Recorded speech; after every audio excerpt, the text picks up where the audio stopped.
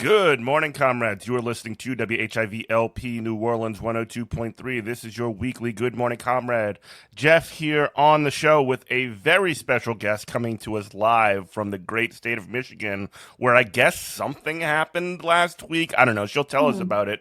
But right here on the line, we have Palki. Palki, how you doing Hi. today? Good. How are you? I'm doing all right. Not bad for a morning, Not too Yeah. bad. It's been a thrilling week. I was actually in Lansing when what you're talking about happened. Yeah. I was there for work, and it was just like, how do I see this from close up? You know what I mean? Yeah. Were there anything going on No, particularly? not No. I ended up actually Good Morning Comrade is actually a part of this space, which is like an online community of like leftists that do like broadcast like basically a bunch of people that have like smaller shows on like social or like YouTube or whatever. Shout out to Christina and shout out to Forrest for moving at Extravaganza. They joined me and several other comrades in doing live coverage of the returns, which was fun on Oh, Tuesday night. Yeah, and we did a little bit of we had a little fun doing that. yeah. How about yourself? So I guess we could just like let's just rewind and please just introduce yourself to the audience so they know who you're listening to. Yeah. So I'm Palki. I'm from Michigan, born and raised, and I just recently got into local politics. I've obviously been following um, national politics on a national level. I've always kind of been semi-aware of what's going on, but really just late last year and early this year, I started to get more in the know about Michigan politics and what's going on around me. Not even Hmm. Michigan, but even my own district and my own local community. So um, I just started talking online and talking about things that were important to me, like politics, like Hmm. the genocide, like Hmm. everything else. And I've just been talking nonstop ever since. Hell And yeah! Well, you haven't stopped. we appreciate that, and um, you mentioned the genocide and now the genocide in Gaza and also the war in Iran, which sort of like came after that. It's been an insane couple of years that has been no doubt. So I can see people going either one or two ways on that, and I'm seeing more and more people going like uh, your way, the way of essentially becoming aware of these things. And I'm not sure if that was necessarily an inciting event for you, Yeah. but it's like one of those sorts of things where people can get look, get involved, or and plug in. I guess three ways. The other is just like watch cable news all day and just like give yourself an ulcer. And the Yeah. third one is to just like, well, I'm just gonna game and get away from this and just sort of like pretend this isn't happening, which I think is it's always been sort of like the majority opinion with American foreign policy and with war politics and stuff like that. But I think it's becoming less and less the case because of what is happening is becoming so undeniably like in your face that Yeah. it's a lot harder to just sort of like turn away. Yeah. I mean, I was one of those people, right? I was one of those people that, I mean, like It's too. It's where too. I I'm sorry. It's like too. Like it's like one of those like stare into the abyss and the abyss stares back kind of deals, right? exactly, yeah. I mean, where I grew up, I've always kind of been in a like liberal bubble. And I mean the real world definition of the Hmm. word liberal, not the online definition, where I've always considered myself a Democrat, right? Hmm. And pro-choice, pro-LGBTQ, just the basics. I've Good always been that way. stuff. Yeah, good stuff. And I've always been pro-Palestine too, even before October 7th. I knew the history of what was going on there. I never thought it would get to a point where it's become such a mainstream topic. I never thought that it would blow up American politics the way it has. Hmm. Um, then October 7th happened, and that obviously changed everything. Hmm. It really And did. yeah, and I kind of realized that I'm not liberal. Like I didn't know there was anything more to the left than being liberal. I thought that was it. I'm like, oh, Democrat and Republican. Mhm. Okay, I'm a Democrat. Well, it's because And that's so iced out of the sort of like mainstream vision yeah, of what American politics are. It's like this. It's just basically you have these insane people who want to attack, who want to just talk mad crap about Muslims and be racist as hell, and then be racist to immigrants, and that's one lane of politics. And then the other side is just like, we don't need to be that racist. We need to be maybe like slightly less racist about it. And that's yeah, like the rails of what is acceptable in American discourse, you yeah. know? And it's always been like, and ever since Trump, ever since 2016, it's always been, oh, well, I'm not him, so I'm Yeah. better. I'm better, vote for me. And so I always did vote for the Democrat Vote blue no and matter who. vote blue no matter who. I've always done that too. And in 2016, I voted for Bernie in the general just because, I mean, when you say free healthcare, that kind of just, Hmm. uh, yeah, I'm on board. And Bernie won Michigan in 2016 as Bernie won well Michigan. in the Yep, he primary. Yeah. did. Yeah. And I ended up voting for Hillary. And then 2020, voted for Bernie again. And then Biden. And then Kamala. So I've always been like this voter, but it didn't happen until 2024 where I was Hmm. like, I don't really like this that much Hmm. anymore. Like, and I don't know if it was just myself becoming more aware. Hmm. Um, but I didn't really like it anymore because one, Biden was old. I mean, what he did at the end of his term, obviously he was deeply unpopular. Hmm. But beyond that, it's like I don't want someone who's older than my grandfather running for president. Like Hmm. I that just made me sad Hmm. for him, for myself, for the state of the country. And so when Kamala came on, I was like, this is gonna be great. Hmm. We're gonna have such fresh Oh, young eyes on this. you And fell out the coconut I tree. fell out the coconut tree. The coconut hit me right on the head. I was honestly hopeful. Hmm. Um, For the first and time I in a don't long time, no for doubt. the first time in a long time. And I mean, like I know Obama made people feel hope, but it wasn't. I'm just gonna say it. I'm gonna reveal how young I am, but I couldn't vote for Obama. Hmm. And like the first time I could vote was in the 2016 presidential election. Hmm. And so I was like, oh great, I mean, I kind of fell into identity politics a little bit where I'm like, oh, she's half Indian. She's Indian like me. She's a woman like me. This is gonna be great. And it was just a massive disappointment. Which, by the way, that does matter to like No, to a it does representational matter. extent, but like it also is used, and this is me, a white guy talking, so whatever. But like so often that kind of like representational politics is put in place of actual policies, and that's Yes, unacceptable. Or exactly. even worse, it's actually used as a way to get through bad anti-working class policies or even policies that work against those identities that these people come from. It's Yeah, disgusting. It's perverse. yeah. Like she identifies as a black woman, but she was not doing anything to help the black community. So it's like, how can you identify this way and then go work against that community? It doesn't. Hmm. Were You're you not playing into identity politics at all. Were you aware back in 2020 when she ran for president the first time? She got absolutely creamed, by the way. Kamala Harris Yeah, did, yeah, but she had this policy of like forgiving student loans for only for small business owners from a certain socioeconomic background in certain communities. Like it was one of these things that was like so focus grouped from so many different like consulting firms that it appealed to like one in 10 million people or yeah. something like that. Like, and that's what. Which Oh, is like distilled liberalism. That's like the most distilled liberalism that you could possibly have in it. American politics. I don't understand. I I just don't. When people, I know, like when you're online, you kind of think that these conversations are happening everywhere, but they're only happening online. But when people Hmm. are like, "Oh, well, she had such a great platform. She had such a great I'm like, what were the policies? What are you talking about? Hmm. What she came out at the DNC just we're gonna have the strongest Hmm. army in the world. Iran's our greatest adversary. Like, are those not things that Hmm.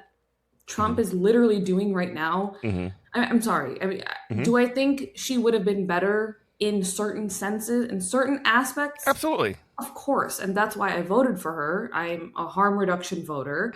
And I always say I'm a harm reduction voter, but I don't want to have to be a harm reduction voter. Yeah. I don't want my vote to just be against Trump. I don't want it to just be against right wing fascism. I want it to be for something. I want something to actually come out of my vote.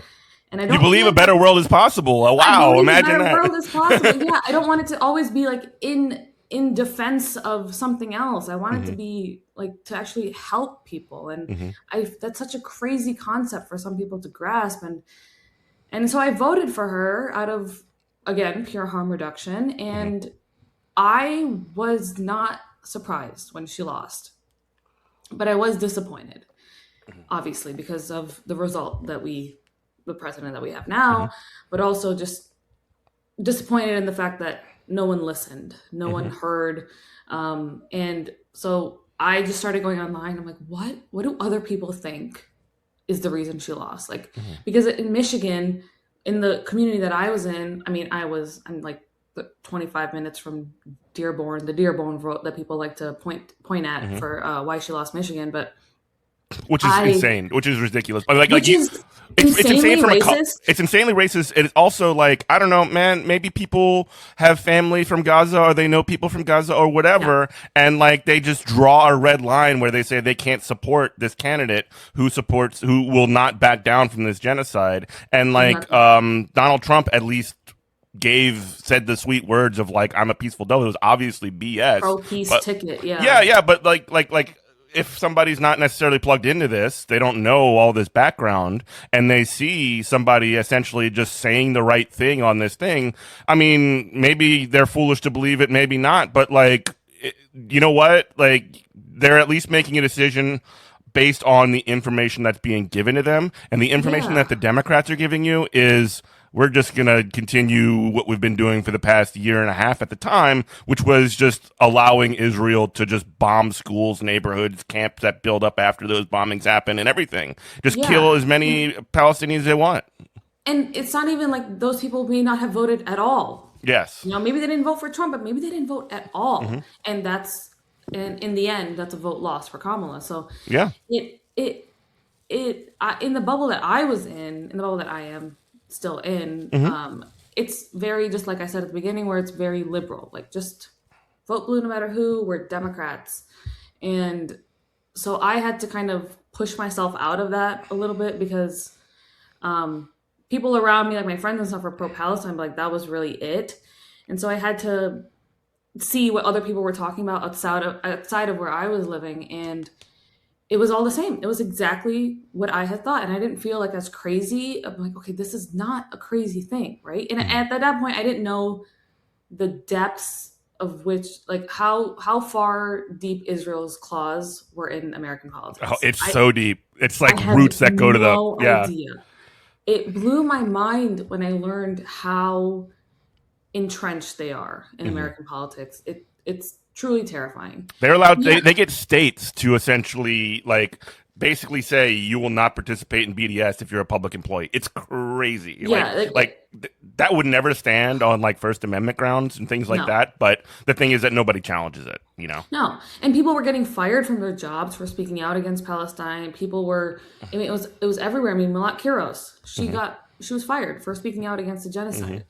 And it's just, and you saw that everywhere for everyday people. Like, why is me speaking out against what's happening over there affecting my livelihood here in this American corporation? So it opened my eyes. And so, yeah, when she lost Michigan, she lost overall, but she lost Michigan, I wasn't surprised. I mean, we have the sixth largest Muslim population in the country. What do you expect? Even if people don't have family and friends in Palestine, they share the fact that they're Muslim. They share the fact that they're brown people from that area. And that's important. And so when you're completely pushing that to the side, you're telling those people, we don't really care about you. So just vote for me anyway. No. And it's gotten to a point where people have forgotten that politicians are public servants. They call themselves public servants. It's your job to earn our vote.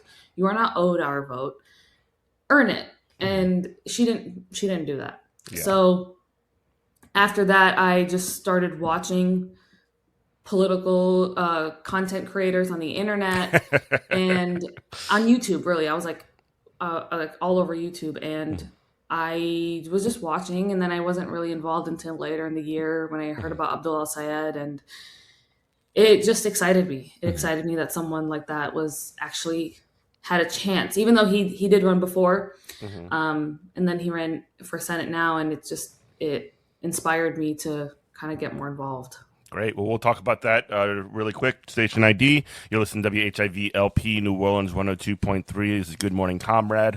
Abdul Al-Sayed just won the primary for Senate in the state of Michigan. We're here talking with Palki about it. Palki is a Michigander who was actually involved in the campaign in various ways, and we're going to talk about that now. But when we do that, though, I want to start. Let's just talk a little bit about Abdul himself. So he's a public health official. He was in charge of Wayne County's public health, and he ran for governor in 2018. How plugged in were you to any of that? And maybe you can like color in some of the lines for that if you can. Honestly, Mm-hmm. I I'm ashamed to admit this, but I was No, not involved. do not be ashamed. I was your typical liberal back then. I was Mm-hmm. like, yeah, Gretchen Whitmer. Slay queen, girl I'm with boss. her. Yeah, exactly. I was like, I'm with her. Gretchen Whitmer's Hmm. the I will coolest, and say, back then she by the was way, cool. and I will say this: I do have to give Gretchen Whitmer credit as, and I always do this, even though I have a lot of like bad feelings towards her about like the data centers and things that are happening in your Yeah. state. But she is somebody who like historically was able to roll back right to work. So she has the right to work is an extremely bad policy for union workers, which essentially means that like when you are benefiting from a union contract, you can actually like opt out of being a member, but still get those benefits of the contract. So you're essentially not paying dues to a union, and so you're riding for free. You're essentially freeloading. And Oh, in the state of Michigan, it was right to work for some time, and now it isn't because and it was because of the legislature and Gretchen Whitmer. So like credit where it's due, but yeah. also like go on about the data centers and all the other Yeah. stuff. You know. Yeah, no, I mean in 2018 I was like, yeah, Gretchen Whitmer is so cool. Hmm. She has done a lot of good. Hmm. Her actions of late do not erase what she's done in the past. She's, like you said, right to work. She has stuck up for women's rights Hmm. constantly. Her actions around COVID and when they tried to kidnap her and all that. I That mean, was so crazy. that was insane, and I feel like we glazed over that really Hmm. quickly. I mean, there was so much going on at the time, so I kind of understand, but that was an Kidnap plot on the governor. insane time in the state. It didn't feel like a real story. Hmm. Um, and so she has done a lot of good, but then recently, with ICE, with the data centers, with her comments when the synagogue attack happened earlier this year, it just kind of I knew she was never a leftist Hmm. or a socialist. I just thought she was your typical Elizabeth Warren type progressive. Hmm. Not even Elizabeth Warren, maybe even more centrist than Pete her, but I thought, Buttigieg. yeah, Pete Buttigieg in the sense, but in 2018 it worked. Like that kind of politics worked for people. And I was all about it. So honestly, I didn't vote for uh, Abdullah Syed. I didn't even wasn't even paying attention in the Also, primary. also, There was he was a people. nobody at the time He too. was a nobody. Yeah. I don't mean to be like disrespectful or anything like that, but like No. as far as having like a statewide or broad political profile, like the Department of Public Health official from Wayne County, that's a very important position, but you're not in the news every day, you know. Yeah. Yeah. No. He wasn't in the news every day. He really didn't have the name recognition that you needed for to run against someone like Gretchen Whitmer. Hmm. Um, and Who is like royalty, by the way, who's like. royalty? Uh Yeah. huh. I mean, her she's people have known her for decades Hmm. and like years, decades, and so to run against that is it's not going to be easy. Hmm. But in this election, I look back at what he was like in 2018, and the way they used that in the Senate election and the primary was just, I mean, I couldn't believe it. He disagreed with Michelle Obama on on some of her actions because he's a public health Yeah. official. He's a I'm doctor. sorry. I thought you meant sexist. I thought you meant he was a Oh, sexist. we'll get there. He's a PhD in public health. He's a doctor. He's a A Rhodes literal Rhodes Scholar. Scholar, exactly. He is the top of the line when you can come. Like He his has no. opinion on this matters. He has a PhD in sexism. I'm sorry. Yeah, and it just so he disagreed with her. It was an opinion piece, Right. and he disagreed with her, but he wasn't disrespectful. Right. Of course. And the way they said that he's a sexist against women, he disagreed with Michelle Obama. He called Gretchen Whitmer a corporate sellout, which she is. She is a corporate sellout. He said the same thing about Haley Stevens because she ran a campaign in which she sold her soul to corporations. And so none of this stuff was rooted in reality, but the ads were everywhere.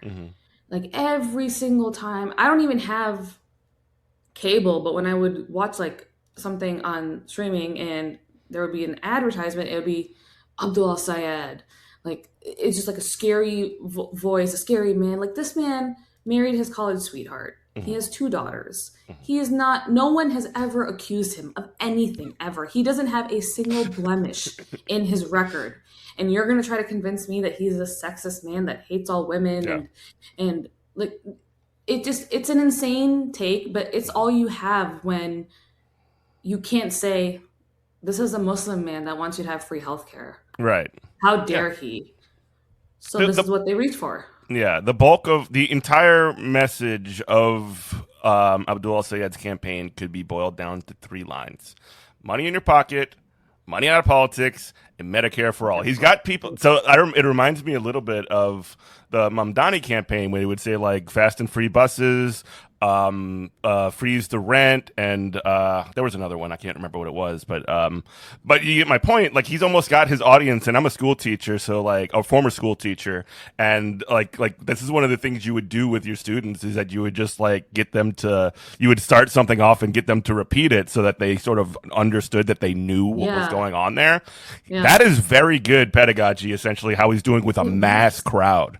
Yeah. I mean, I know people like it works, and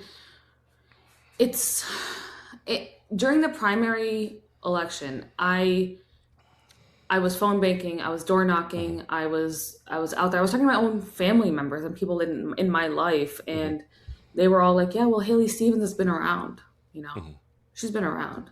I'm like, yeah, she's our congresswoman in this district. She hasn't had a town hall. She's held 3 town halls in her entire time as our congresswoman. And how long is that? How long is that? Like she was elected in she ran her campaign in 2017, so she was elected in 2018. So that's in like 8 years. 8 years, 3. So that's like, I mean, in between there was COVID, so I get that, but like 2019, 2021, I'm sorry, you could do town halls on Zoom. Thank you. Like she was a ghost. She gets elected and then she just disappears. And so I just asked the question, like, okay, well, what do you think has improved in our district since she's been elected? What has she done? The speech she's put out there, like, what have you heard from her where you're like, I like her, I'm going to vote for her. She's growing on me. Yeah, she's growing. She really sticks it to him, the Michigan way, and no one could tell me. I got to ask you. Yeah. So Haley Stevens, when she was running especially, it seems like there was a very, and I'm not a Michigander. I've been around Michigan a little bit in the past several months, but she spoke in a certain kind of accent that I have never heard in my entire life.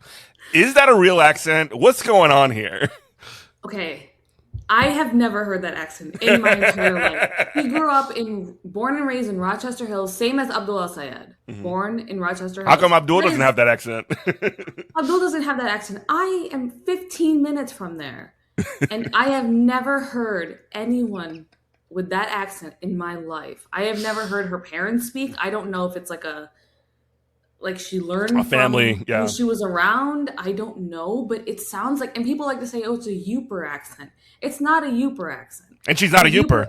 She's not a Youper, and she wasn't even born and raised there. So I don't, She didn't even visit there during the campaign. So what do you mean? It's a Yooper accent. It's like a hybrid Chicago, Minnesota, Canadian accent. It's Like, it's almost like a version of like the transatlantic accent. You remember from like the old yes, movies, but yes, like yeah.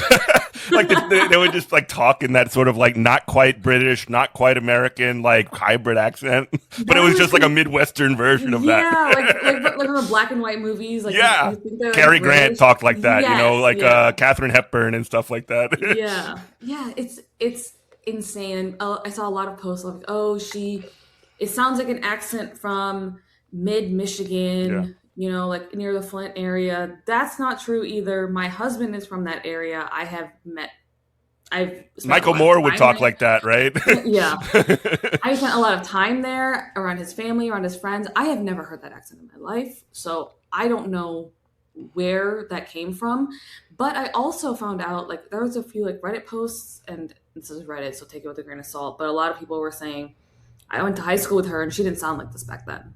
I believe it. And if you look at the older videos, she had like a small thing with her voice going on, but it Hmm. was not this exaggerated. Hmm. So I don't know if she just like I don't think she's purposely putting on a show because that would be really hard to do at To some keep it point. You up, would yeah. crack. Yeah.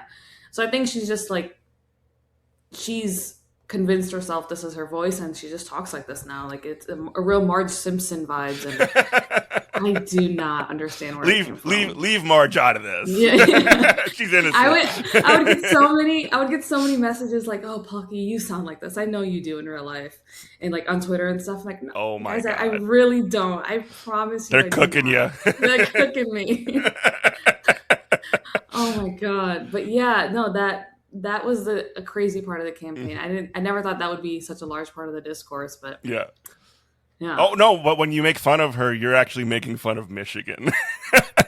She was so like I I will say this. Like you're familiar with the term lolcow, right? Like Yeah. it's and that's basically so for people who are listening, that's a very online term for like trying to essentially take someone who is kind of cringe and like emphasizing like how cringe they actually are. In Haley Stevens' case, you kind of didn't have to do that because like she was just like so naturally cringe that it's just like just play the video and it's Yeah. weird. Yeah, I was really surprised at how chronically you say like chronically online word. I was surprised at how chronically online her campaign was. Oh yeah. Oh, I centrists are didn't so online. Like Neera Tanden is a psycho posting on Twitter 24/7, Neera 4 in the morning. Tanden Neera Tanden didn't get to had to withdraw her nomination for the OMB because of her tweets. Because Democrats and Republicans both said they have a problem with her past tweets. Yeah. And she hasn't learned a single thing from that. And now she's just continuing to post the most heinous things online. But Haley Stevens really leaned into that. She would go into rallies with her base, which is 65 plus, and talk about, oh, those kids online are making fun of me. Those people don't know what you're talking about. The cool Those kid people, podcaster, coastal elites, like the talking like coastal Fox News, you know? Fox News. First of all, you lived in Chicago and DC and everywhere else. You moved back 2 months before you ran your first campaign. You are a coastal elite. And second of all, these 65-year-old people don't know who's making fun of you online and for what. They barely know how to use the internet. What are you talking about? Like this is not something that's going to connect you with your Constituents, voters, yeah. with your constituents. It's like if you want to reach past the 65-year-olds, you're not looking great to the younger crowd that's actually online. Hmm. Um, and so for her to lean into that was really, really confusing. I don't know where she got that advice from. And then for Abdul to come out and give a statement, like, he kind of leaned into the Bernie message and, don't make fun of her, which I mean, people were like, you don't need to do this. That you're going to shoot yourself in the foot for this. I didn't really think it was It's the fine. end of the world. I Hmm. just thought it wasn't needed. Yeah. But if he did it doesn't look bad. Hmm. It makes him, seem um like a Keep good him, yeah, like person. he's trying to keep him clean, you know? Like, let's keep this Yeah. about policy. Yeah, and at When least if other people are doing it, he's not owning it, you and know? and also like doing that, I think when people were critical of him, and this was also a very online phenomenon that was people were critical of him, but Yeah. so the centrist people, the people that are just sort of like this blob of folks that are just like Abdul is a sexist monster, just basically took it as an admission that he was basically participating in these kinds of things. That doesn't really matter because they were going to slime him anyway, no matter what. Yeah, So like, it exactly. doesn't really matter. But to somebody who's not online, to somebody who's not insane, like when you talk about this kind of stuff, like keep them clean, all this other stuff, it makes you actually look classy, especially when these people Exactly. are just like burning everything down and talk about how you're a racist, you're a sexist, you're a terrorist and a dangerous Yeah. radical and all this other stuff. So I didn't have a really big problem with it. No. I think it was like whatever, like campaigns do this and it annoys like supporters, but like people, and I don't think anybody who saw that kind of a comment is just like, well, I guess I can't support Abdul El-Sayed now because he said that. Yeah. You know what I No, mean? because like voters are getting this statement in their email, Hmm. and they're probably reading that like, oh, that's so cool of him. Like Yeah. he's such a good person. He Hmm. took the high road, and I think that's where it's important to kind of break out of your Hmm. uh, echo Online bubble. chamber Yeah. online a little bit. Like you got to go talk to the real world, go touch some grass, and you'll see like this doesn't affect people in the way that you think it does. Yeah. Um, Especially in Michigan, where like where he was trying to appeal to like the suburban mom, like the wine moms, like they love that stuff. The Jennifer Welches of the world. Yeah, exactly. The Jennifer Welch is like queen, first of all, but yeah, they love that stuff. They eat it up, and so for her to lean into that was really odd. But I mean, it it ended up not working. I mean, that with the Islamophobia, the vile Islamophobia. I mean, the beginning of this, that's kind of what started all of it. The Islamophobic attacks against Abdul El-Sayed earlier part of this year, that's what started all of it. And it kind of put a bad taste in my mouth for the centrist candidate, Mallory McMorrow. It put a bad taste in my mouth for Haley Stevens, which at the time she wasn't really campaigning. If I'm going to be completely honest, She she got started, booed. She got booed at the convention, at the Democratic yeah, convention. and then she went quiet for a long time. And it put a bad taste in my mouth for Gretchen Whitmer and everyone else that was involved. But it he has had to overcome a lot of adversity in this Hmm. campaign, and the fact that he was able to, even with $60 million staring at him in the face for super PAC money and APAC money, and he was able to beat that. It was a big achievement because the Islamophobia, the sexism attacks, Yeah. it was a lot. Yeah. You listen to WHIV New Orleans 102.3. This is Good Morning Comrade. We are talking with Palki, who is a local Michigander. She was a volunteer on the Abdul El-Sayed campaign. We'll be talking about her volunteering and getting involved in just a moment. But first, we're talking about the attacks against Abdul El-Sayed.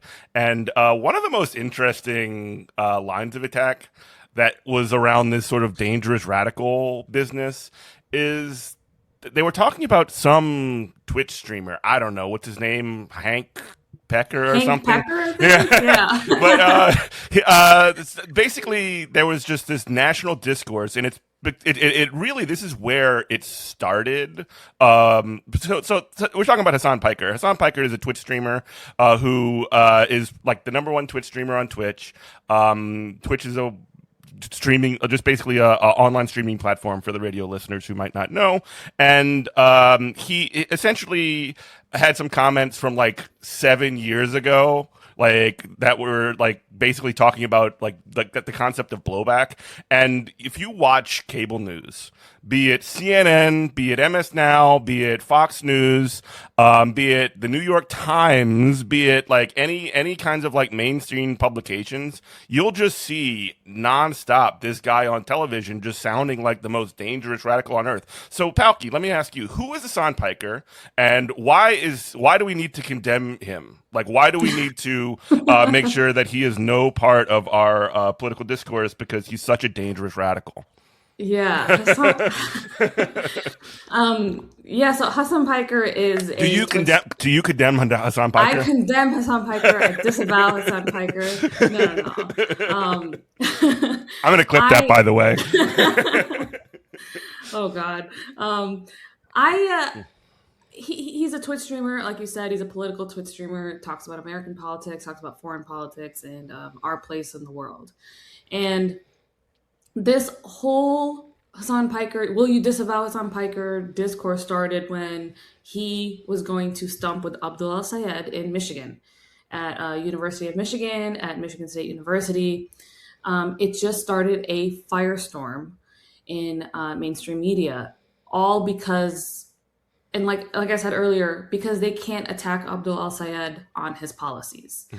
You can't say, "Oh, look, there's a Muslim man that wants you to have free healthcare and wants us to spend our money here and fix these god awful Michigan roads instead of spending it elsewhere." They're bad. Yeah, like, oh, how scary. They can't say that. So what do instead is they go after his association with Hasan Piker. And yes, Hasan Piker has made some comments in the past that you might, I mean, they were distasteful how he said it, for sure. He's apologized for it, by the way. He's and it was also apologized for it 7 years multiple ago. times. It was 7 years ago. And there have been more context clips giving the full story of what was trying to be said in that time frame. And do I agree with everything he has said? No. Do I agree with everything how he says it? No. But in the end, it doesn't matter, because people in the real world don't know who Hasan Piker is. Right. People who are watching CNN with Jake Tapper or Fox News with Sean Hannity, they don't know who Hasan Piker is. They don't even know what Twitch is. They just see this guy who's looking at a computer screaming. Wearing a suit. Wearing a suit. Yeah, now he's wearing a suit. So, but they just think he's screaming at a computer, meaning he's screaming at anyone who's watching, when that's not the case. He's talking to 30,000 people, and he's having conversations. So, but people don't realize that. So when these mainstream media people take these clips and put them out of context, Mm-hmm. they think it's going to do a lot of damage. And honestly, what I've seen, and what he's claimed to have seen is the exact opposite effect. Mm-hmm. When he came to University of Michigan, it was a few weeks after the synagogue attack in Michigan, if you recall, and people tried to make it seem like, oh, Hasan Piker is a Muslim man and Abdul El-Sayed is a Muslim man. If they came over, like, oh, it's dangerous for them to be in Michigan right now. It's so close to the synagogue attack. It's so racist. It's so racist. I saw so many tweets saying, oh, he should reconsider coming to Michigan. Why? He has nothing to do with the attack in the synagogue. Neither does Abdul El-Sayed. Because they're both Muslim, they need to stay far away. That is... so racist. It's just racist. That's what Islamophobia... Yeah. There's no other way to put it. And so these... And I'm not like somebody that's like quick to call something like, oh, that's like, no. There's a long, I again, white guy talking, but like, I understand that like immediately jumping to that's racist conclusion for a lot of things is something that a lot of liberals do. But like that, I mean, come on, bro. Like you just look at it, boom. It's so easy, you know? They're completely unrelated to the attack. So the only connection you have is that they're a Muslim person, and the guy who committed the act was a Muslim person. So like, come on. And so it just started this firestorm. I went to the University of Michigan stumping event, saw these people speak. It was incredible. Summer Lee, Rashida Tlaib, all these people were there. And I come home, and the next day my mom's like, how was that event at University of Michigan? And I told her, and she's like, I saw that guy on CNN. And I'm like, Abdul El-Sayed? And she's like, no, well, I saw him, but I saw that Hasan Piker guy on CNN. And I'm like, oh, God. It can't be good. My mom thinks I'm following some like radical streamer who's like propagandizing us all. Like, oh my God. So I had to go. So I went, next time I saw her, I kind of explained to her who Hasan Piker is and what was going on. And now she watches his stuff. And she called herself a socialist. Mom W. Yeah. No, my mom's awesome. And then when he started wearing the suit, it just like, my dad is very like education focused. Like education means everything to him. And if he sees someone like speak vulgarly, he's like, I don't like he swears too much. He's very traditional in that sense. And so he's like, I can't watch that guy. He swears way too much. That's fine. That's fair. But then my mom would watch this stuff. She watches it on her laptop in bed before going to sleep. And my That's dad so would over. cute. That Yeah, is I so know. cute. She and when he started wearing the suits, she's like, "I love the suits." I'm like, "Do you expect me to tell him this? Like, what do you expect here?" And so my dad would overhear, and he's like, "Okay, no, like he's making a lot of sense." I'm like, "You focus on the education part of Mhm, things. He's very educated in this sense. Like mhm. he spent his whole life doing it." And so he watches it. My grandma, who doesn't, I don't think she fully understands, but she likes watching him speak. She likes watching a guy in a He's suit. so handsome. She thinks he's very handsome. She's like, this guy is handsome. If I put on a YouTube video before he started wearing suits where he wasn't in a suit, she's like, can you skip this one? I'm like, All sure, right. I will put on a suit video for you. Say it. Say it for the clips. Say that you're pro suit, so that we can post this on Twitter and it'll go viral. I'm pro suit. Yes. The Hasan Piker suit meta works. It works. I was anti-suit before. I'm like, this feels so formal. It feels like I'm watching CNN or something, but it works. I was Yeah. wrong. I All was right. wrong. Well, let's get off a Um, sign because we can go down a real rabbit hole here. But yeah. let's just say that he's somebody who has been getting involved in more and more political campaigns. He has supported people like Daria-Lisa Villas-Chevalier and Claire Valdez in New York City, including the entire DSA slate out there. Malat Quiros, who won her primary in Denver. These are all Democratic Socialists of America candidates. He's supportive of Francesca Hong, who's running for governor in Wisconsin, right next door. He's also supportive of Oliver Larkin and Yes. in Florida, and Peggy Flanagan in Minnesota. So like he's definitely like putting his considerable weight to raise money and bring attention to these campaigns. Also, I know we just had Mike from PA on a couple of weeks ago, who has also been extremely supportive of all these folks, but especially Francesca Hong, to talk about this. Like there is sort of like a growing sort of, I guess, I hate to say it because like I hate the term influencer, but there are sort of like there is an emerging sort of like left influencer ecosystem that is developing like almost parallel to and sometimes interacting with organizations like Democratic Socialist America to essentially bolster a lot of these local, state, local, and hopefully eventual national candidates. Do you want to talk about that? Yeah. I mean, and it's not even like they're doing it for us. Mm-hmm. The mainstream media, CNN, Fox News, they're doing it for us. The more Mm-hmm. they give these left influencers like Mike from PA, like Dude, Hasan it Piker, blew like my. I'm sorry. DSA. It blew my Mhm. mind when I saw a Sheik from actually both Megan and a Sheik from basically the two DSA basically the two DSA co-chairs both have been guests on this show in the past. I didn't mean to interrupt you, but like seeing Right, them right. on Fox News. Yeah, it's been insane. I feel like I don't know what it is, but I feel like the the left or the mainstream media's obsessive need to focus on Hasan Piker and the DSA, it's helping us. Like Mhm, they don't realize that constantly talking about this person, it's not the people that are watching are not saying, "Oh, I got to stay away from this guy." mhm, What are they saying? I got to look into this. I mhm, should look into the DSA. I should look into Hasan Piker. I should look into what these people stand for. Oh, free healthcare. I should look into it. So they don't realize that they're helping us, mhm, and it sucks. And that's why I say like people who are more notable, like Mike. I mean, Mike was on a Fox News segment recently, and like Hassan Piker, which normally you see Hassan, but seeing Mike I was like, oh wow, Mike's getting his flowers Good job, too. Mike. Good job. You Yeah. made it. When they see these people, it's like they have to be, and I posted this recently, they have to be our sin eaters, right? Yeah. Like they have to take the heat from mainstream media, from other politicians, whether it's centrists in the primaries or Republicans in the general. They have to eat it because no one can attack us on our policies because our policies are popular across the board. Um, and so they have to come. They have to come after like we talked about Islamophobia and these gross attacks because that's all they have. And so if that's going to help us boost us and get more left flank candidates out there, not even socialists. I mean, Abdul El-Sayed isn't a socialist, but just left flank candidates out there.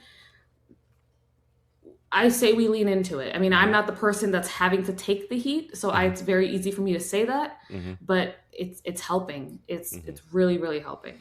Yeah. So, you listen to WHIVLP New Orleans 102.3. This is Good Morning Comrade.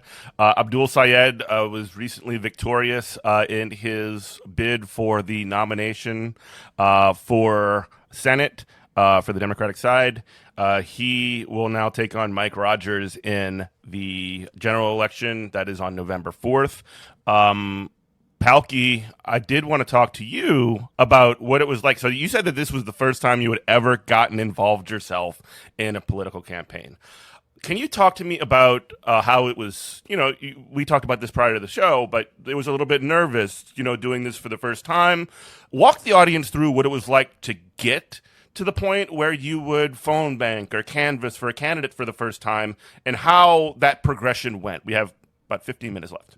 Yeah, no, I so earlier this year I started getting involved in I started understanding more about politics, and when I saw Abdul Sayed and understood his platform more and saw the solidarity in the specifically before I was thinking of joining DSA, the Hasan Piker community, and seeing how everybody else was so behind this guy and his policies, I it inspired me. I'm like, this is my home state.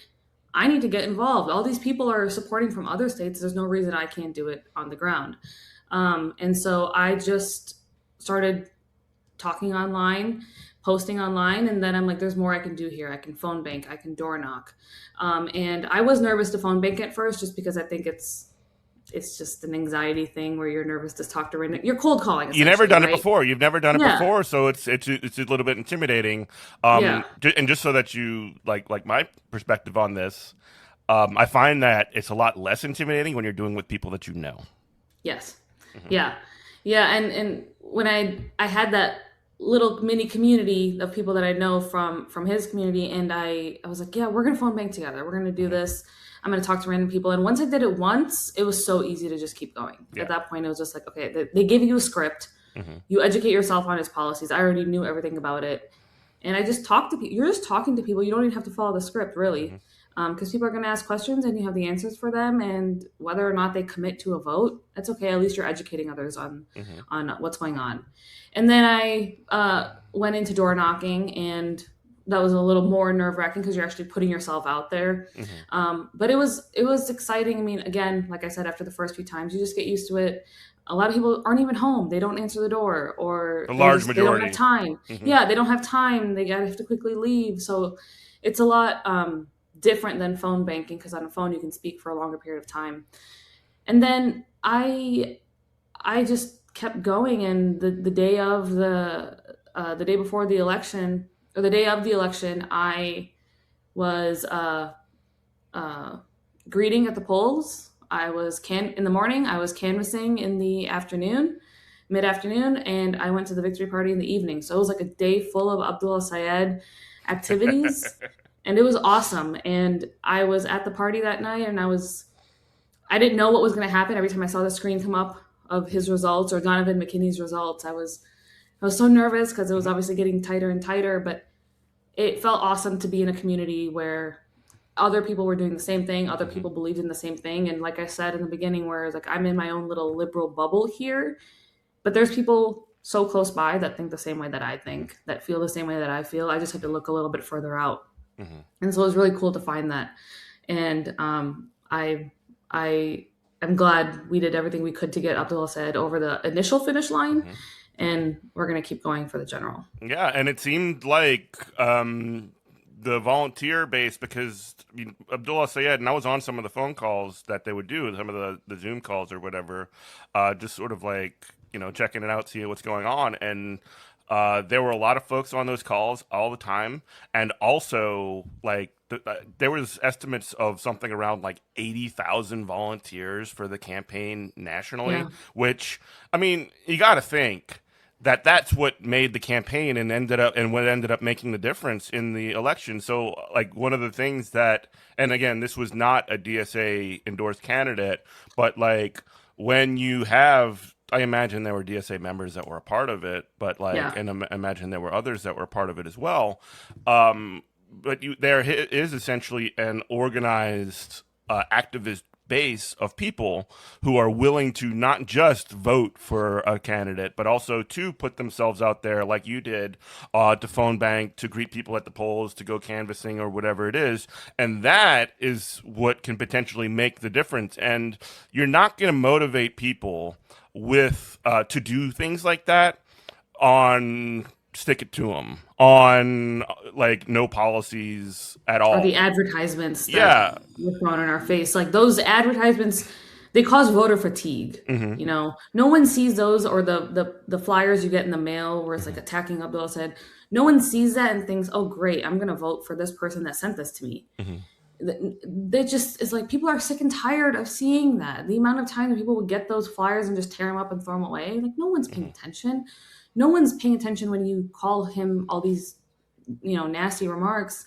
People, it sounds cheesy, and it sounds cheesy and like cliche, but a people powered campaign Hmm. really does make all the difference. He didn't have $60 million backing Hmm. him, but he had the will of the people. And yeah, he Hmm. wasn't DSA, but I couldn't tell you the amount of DSA people that I've met here from other Hmm. states, Hmm. flying over here Oh to yeah. help him because they believe in his message, they believe in the cause, and they know how important Michigan is to the general, to the overall national on a national level.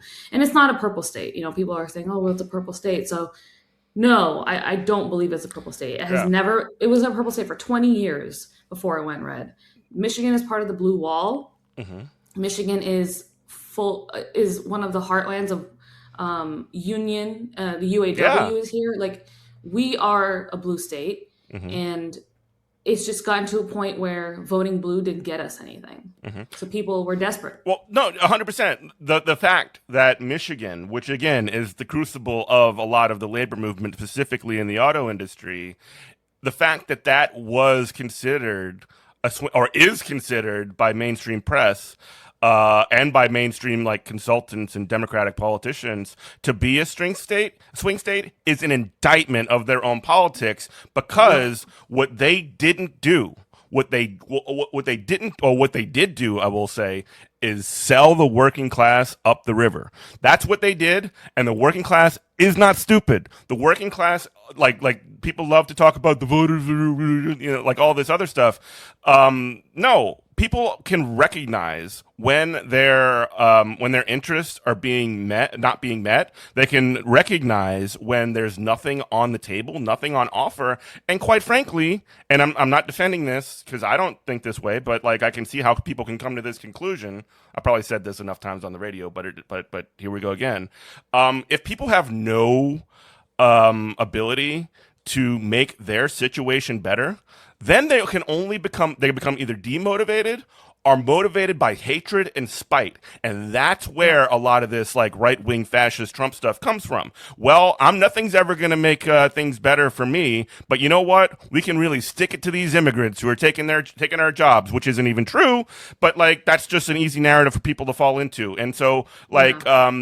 like we can bomb Palestinians or go to war with Iran or all this other BS. Like that's what's on offer because the better world that we believe is possible is not being pushed towards by the Democratic establishment. Sorry, I had a soapbox for a No, second, no, but you're like, completely right because Michigan is a purple state because of the Democrats. yes. It's not you left a lane open for the Republicans to swoop in and take advantage of these people who are struggling, who are vulnerable. You did this. Hmm. You made it possible for these people to hate immigrants and hate LGBTQ community and all these things. This is your doing.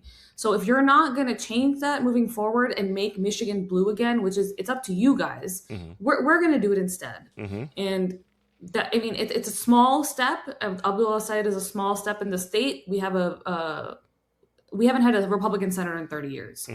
and we're not going to start now. I mean, with a candidate like Abdul El-Sayed, when Mike Rogers lost in 2024 to Alyssa Slotkin of all people, if he can lose to Alyssa Slotkin in a Trump year, Hmm. he's gonna lose in the bluest wave we've ever seen against Abdul El-Sayed. And it's a small win. We have Jocelyn Benson, who is basically Whitmer 2.0 as our governor, most likely as our governor. But we'll get there. We can't win. We can't have all the elections happen at the same time. So I think it's a great step in making sure that Michigan goes blue again. Abdul El-Sayed is a great representative of everything that's beautiful about Michigan. He's born and raised here. He's has a family of immigrants. He's worked hard to put himself where he is. He's helped. He has a long history of helping the community wipe away medical debt and put glasses on children. He is a public servant through and through, and that's what we need more of in politics. So I'm proud of him. I'm proud of our state, and I hope we keep going. So I think the big takeaway from this is that 80,000 volunteers or something like that defeated $60 million from a lot of these special interests and lobbying groups. But anyway, we do need to sort of like end it here. But Palki, where can people find you, and what would you like to say on the way out? Yeah, I'm on Twitter at The Measured Take. I'm on Instagram and YouTube and Threads as Measured Take. I'm not an influencer by any means. I just like to talk. I like to talk about leftist politics, commentary. I've been focused on the Michigan election, but of course, as other elections are coming up, I try to be involved as much as I can remotely and be in the know of what's going on. So if you like to hear people yap about politics, about leftist politics and socialism, I'm your girl. Follow me. And I this experience has been very inspiring, and I hope to keep it going for other candidates as well. Palki, thank you so much for joining us on Good Morning Comrade. It really was Thank a you for pleasure having talking me. with you. You can listen to Good Morning Comrade every Monday at 11 a.m. in the New Orleans area Central Time. You can listen anywhere in the world on WHIVFM.org/listen. I'm sorry, 10 o'clock Central Time, 11 Eastern. You can listen anywhere in the world, also on our podcast version, anywhere you find podcasts, and also on our YouTube. Thank you so much, everybody, for listening. This is WHIV LP New Orleans. We love you. Bye-bye.